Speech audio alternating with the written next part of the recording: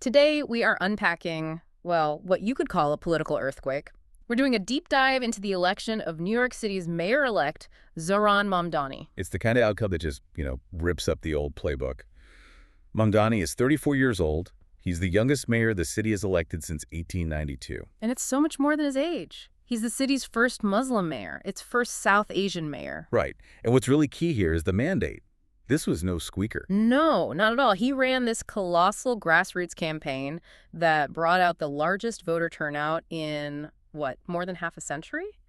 And he beat some huge establishment names to get there. Including former Governor Andrew Cuomo in the primary, which nobody saw coming. Correct. And that whole mobilization was really driven by one thing. The cost of living. Exactly, the affordability crisis. So that's our mission for this deep dive, to really break down the core of his democratic socialist platform. We're talking housing, wages, taxes. And we have to look at the arguments, right? For and against these really ambitious proposals. And crucially, the pushback he's already getting. Oh, yeah. There's a piece of federal legislation that was introduced like days after he won. It targets him by name. So yeah, let's get into this blueprint for what some are calling the new New York. To understand the platform, I think you really have to start with his background. It's unconventional, to say the least. He was born in Kampala, Uganda in 1991. He's a dual citizen and only became a naturalized U.S. citizen back in 2018. And his parents are, major figures in their own right.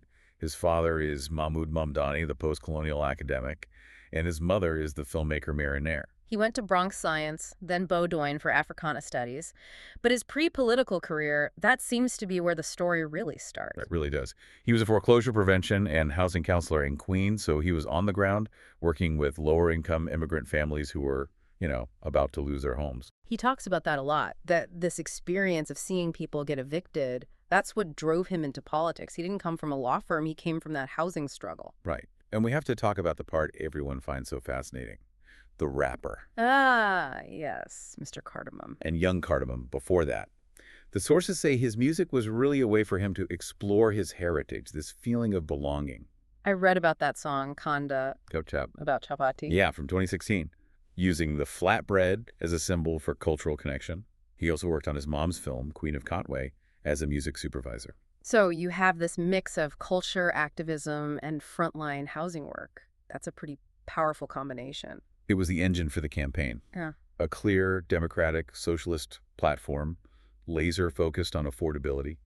And it was powered by, over 100,000? 100,000 volunteers. Largely unpaid, just an incredible ground game. An unstoppable force. Yeah. That's how one source described it. And that primary win over Cuomo, that was the first real shockwave. It showed the old guard was really vulnerable. We should probably mention ranked choice voting here, too. Absolutely. The cross endorsements with people like Brad Lander and Michael Blake were key. He built a coalition, and that's what ultimately pushed him over the top in the general election. Okay, so now he has to govern, and his biggest sort of flagship policy area is housing, which makes sense. I mean, more than half of New Yorkers are rent-burdened. And homelessness is at the highest level since the Great Depression. So his approach has to be comprehensive. It starts with immediate relief. The rent freeze. Yep. He promised to freeze rent on all 2 million rent-stabilized apartments for his entire term. Okay, but how does a mayor actually do that? Can you just order a rent freeze across 2 million private apartments? Well, he has a powerful tool. The mayor has the sole power to appoint all 9 members of the Rent Guidelines Board, the RGB. Right, the board that sets the rates every year. Exactly. It's usually a mix of tenant reps, landlord reps, and public members. Mamdani's plan is just to replace all 9 of them with people who believe, and this is his view, that landlords are doing just fine. We have seen this before, though, haven't we? I mean, Mayor de Blasio froze rates. You did, yes. So the mechanism is there. It's technically possible through appointments, but those board members do have a legal duty to review economic data. So it really comes down to political will. Okay, so that's the freeze. What about building more housing? The supply side. That's the second piece. A massive public investment. He's proposing a $100 billion commitment over 10 years. To build what? 200,000 new, publicly subsidized, permanently affordable, union-built, rent-stabilized homes. And he wants to prioritize them for families earning less than $70,000 a year. $100 billion. Where does that kind of money come from? It's mostly new municipal bonds, about $70 billion, Yeah. the rest from existing capital funds and this part is critical, activating city-owned land that's just sitting there. Like NYCHA land. Exactly. He's also planning to double the capital investment just to renovate the existing NYCHA housing, which is in, terrible shape. So let's get into the debate here. The classic textbook economic argument is that rent control is bad. It reduces supply. It discourages construction. We saw that in Cambridge, Massachusetts, right? That's the standard critique, yeah. But the sources we looked at argue that the New York City market is not a competitive textbook market at all. What do you mean? I mean, it's often monopolistic. There's research showing clear market markups, so revenue that's way above the actual economic cost of at least 9% for all apartments. So you're saying landlords aren't just passing on costs, they're already extracting extra profit because they can. Precisely. And for those rent-stabilized units that critics say are barely profitable, the RGB's own data suggests landlords are still clearing pre-tax profit margins of at least 10%. So there's a buffer. A rent freeze might eat into those profits, but it wouldn't necessarily make the buildings unprofitable overnight. That's the argument. The profit buffer is significant enough to absorb a freeze, at least for a while. But building 200,000 units in 10 years? I mean, given how hard it is to build anything in New York City, is that even physically possible? And that is the absolute core challenge. The public construction has to move faster than any private landlords who might decide to pull their units off the market. It's a race. Are there examples where this has worked? Oh, yes. The plan is modeled on very successful international programs. Look at Singapore. The government owns 90% of all housing.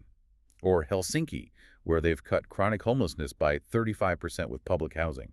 The template is out there. Okay, let's pivot to the labor side. The other big affordability piece is the minimum wage. He wants to raise it to $30 an hour by 2030. Which, is still less than what researchers say is the actual living wage for a single adult in the city. That's estimated at almost $37 an hour. And again, the immediate reaction from critics is job killer. Standard economic models would predict that such a huge wage hike would lead to job losses. Right. But again, the counterargument is specific to the New York market. And we need to talk about a concept called monopsony. Employer market power. Exactly. It's when employers can set wages below the competitive rate because workers don't have many other options. And in New York City, that happens because it's expensive to switch jobs, transportation, childcare. All of it. For low-wage workers, labor mobility is incredibly low. Employers know this, and it gives them leverage to suppress wages. So the idea is that raising the wage to $30 doesn't kill jobs. It just forces employers to give back some of the profit they were making from that market power. That's the theory, and there's strong evidence for it. The sources point to what happened between 2013 and 2018 when the minimum wage doubled from $7.25 to $15. And employment stayed strong. Employment trends remain positive. So the goal is finding that sweet spot, raising wages to a fairer level without making it impossible for firms to operate profitably. So to pay for all this, the housing, the social programs, he needs a lot of new revenue. What's the tax plan? He's projecting about $10 billion in new revenue annually. It comes from two main tax increases. Okay. First, raise the corporate tax rate from 7.5% to 11.5%. That matches New Jersey's rate and is expected to bring in $5 billion. And the second part? A new 2% city income tax, but only on New Yorkers earning more than $1 million a year. That's projected to generate another $4 billion. This is where the capital flight argument always comes up. Critics will say corporations and millionaires are just going to pack up and move to Florida. It's a powerful narrative, for sure. But the data tells a more complicated story. For corporations, the tax applies to any company operating in New York City, no matter where their headquarters is. So if a bank moves its HQ on paper, they still have to pay NYC taxes on all the business they do here. Exactly. And let's not forget, 80% of the affected filers are small businesses. They can't just pick up and leave. What about the millionaires? Are they really fleeing? The migration rate for the super rich is actually pretty low.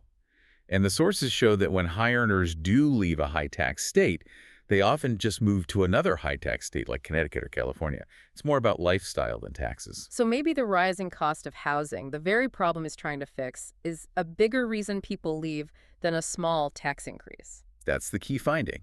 If you actually make the city more livable and affordable, it could more than offset any desire to leave because of taxes. And this funding pays for more than just housing. There are some major social programs in this vision. Three big ones. Free universal childcare for kids from 6 weeks to 5 years old. Wow. Eliminating city bus fares. There's already a pilot program for that underway, actually. And then there's a really new idea. City-owned grocery stores. City-owned grocery stores. The idea is to sell essential goods at wholesale cost to directly fight food inflation, which has been crushing low-income families. Okay, we have to shift gears to the political controversies. His international stances were a huge part of the campaign coverage. A huge part. Mamdani has been a very vocal, long-standing critic of Israel.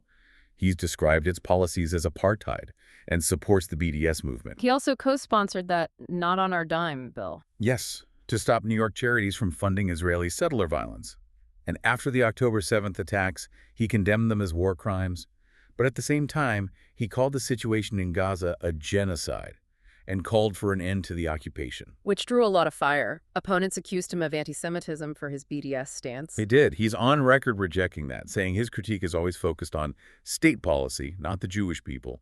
But it was, and is, a major flashpoint. And it wasn't just Israel. He also took aim at the leader of his ancestral homeland. Yes, he publicly called Indian Prime Minister Narendra Modi a war criminal.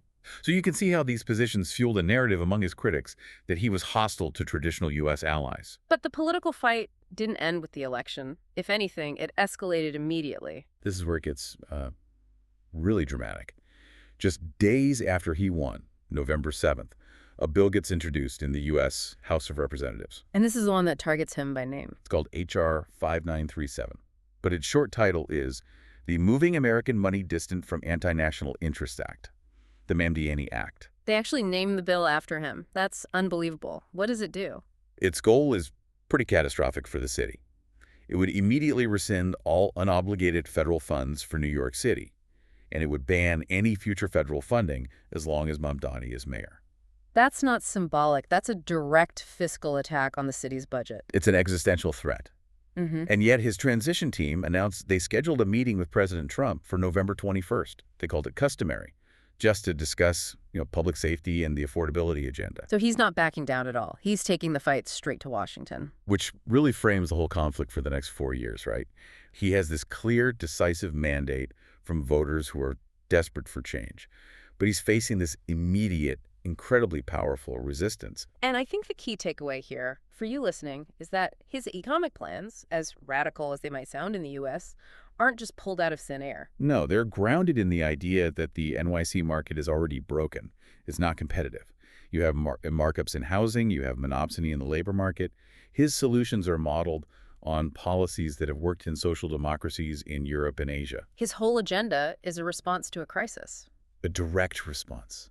And that brings us to the final thought, the question to you on. Yeah. Given his historic win, his age, his identity, his ideology, and this incredibly specific federal pushback with this Mamdani Act, does New York's future now depend less on old-school local politics? And more on whether City Hall can fundamentally redefine its relationship with private capital and with Washington, D.C. Exactly. What if the biggest success of his whole administration isn't even passing every single policy? What if it's just proving that this kind of ambitious, public sector-led vision can be mounted against these entrenched powers in the first place? That is the question that will define New York City for the next 4 years. That was our deep dive into the blueprint of Mayor-elect Zohran Mamdani. We'll be following this transition very closely.